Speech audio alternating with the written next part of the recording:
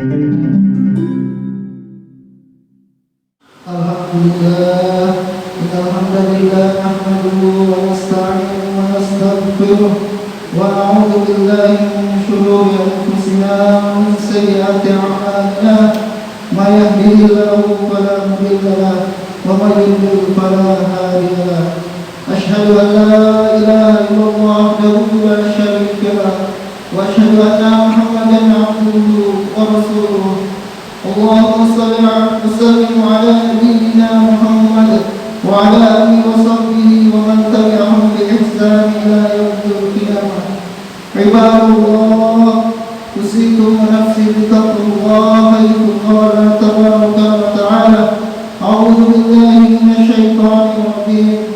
Bismillahirrahmanirrahim. Ya ayyuhan nasu ittaqu rabbakum alladzi khalaqakum min nafsin wahidah وخلق منها زوجها وبث منهما رجالا كثيرا ونساء واتقوا الله الذي تساءلون به والأرحام إن الله كان عليكم رقيبا. قال الله تعالى في القرآن الكريم: أعوذ بالله من الشيطان الرجيم.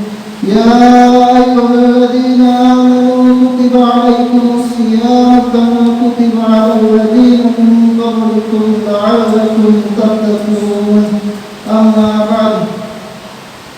Jemaah salat Jumat yang dirahmati oleh Allah Subhanahu wa ta'ala, alhamdulillah, segala puji hanya bagi Allah, Tuhan pemberi segala nikmat dan karunia yang tak terhingga jumlahnya. Zat yang menakdirkan segala sesuatu penuh dengan hikmah dan pelajaran berharga. Zat yang maha menguasai segala isi langit dan bumi dan di antara keduanya. Zat yang maha mengetahui yang gaib dan yang nyata. Zat yang hidup kekal lagi terus mengurus seluruh makhluknya.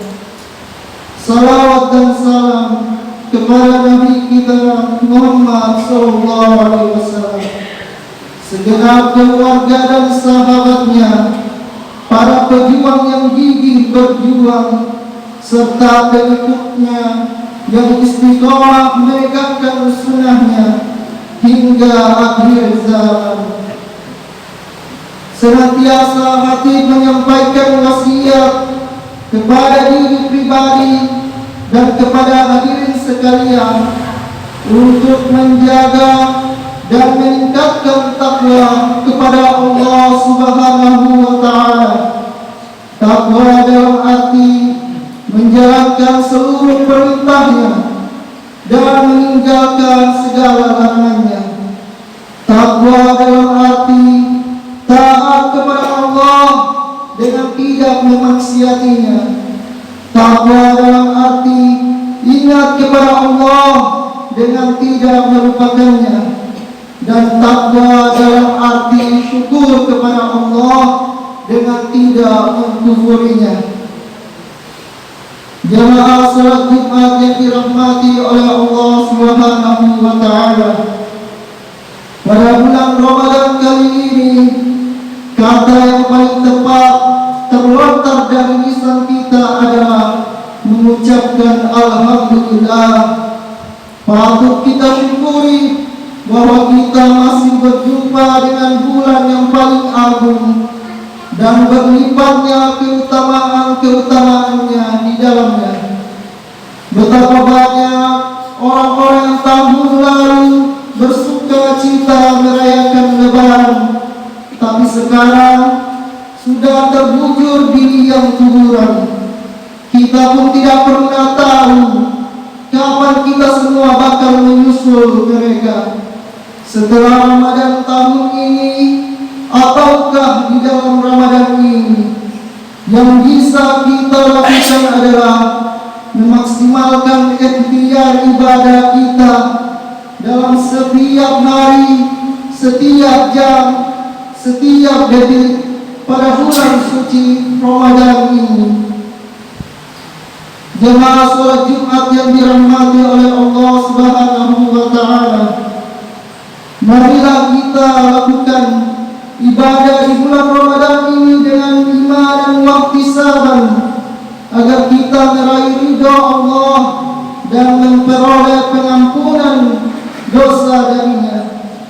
Kita lakukan ibadah dengan iman yang kokoh dan niat semata-mata karena Allah.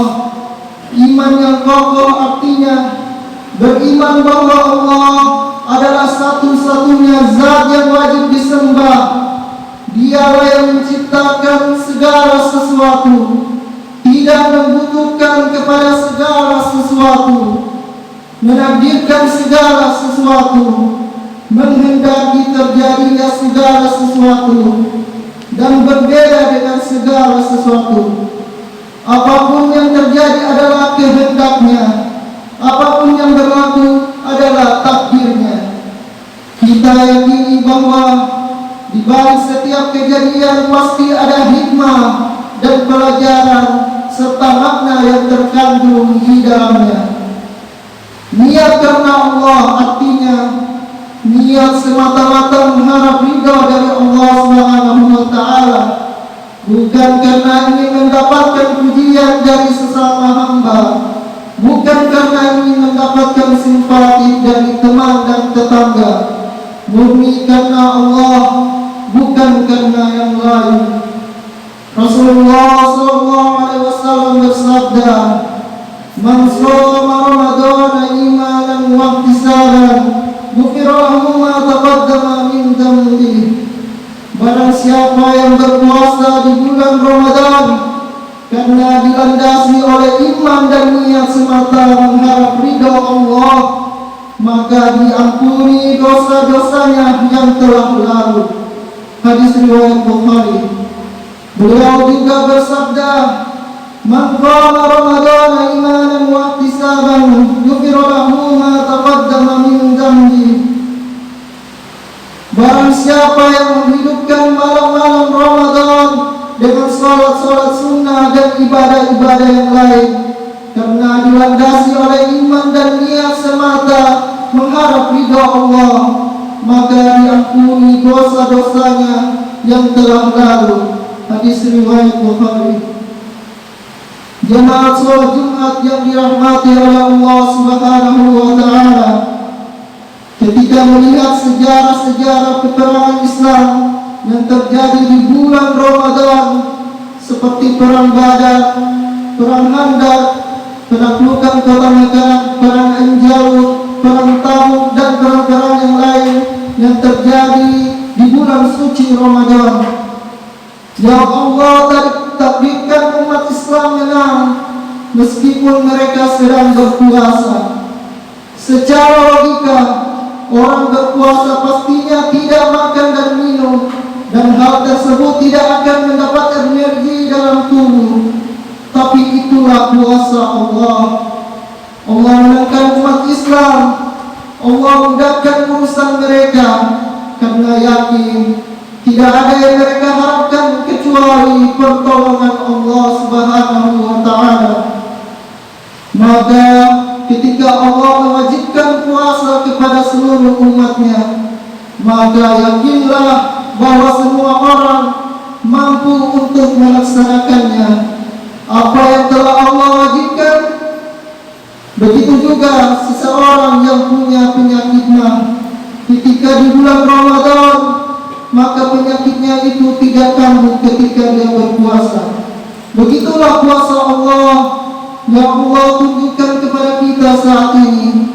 Kepada orang yang punya penyakit saja Allah beri kemudahan, apalagi kepada yang diberikan kesehatan. Begitulah kasih sayang Allah kepada umatnya. Karena ketika Allah mewajibkan suatu perkara, maka Allah akan memudahkan kita untuk menjalankannya. Wa man yattaqillaha yaj'al lahu min amrihi yusra.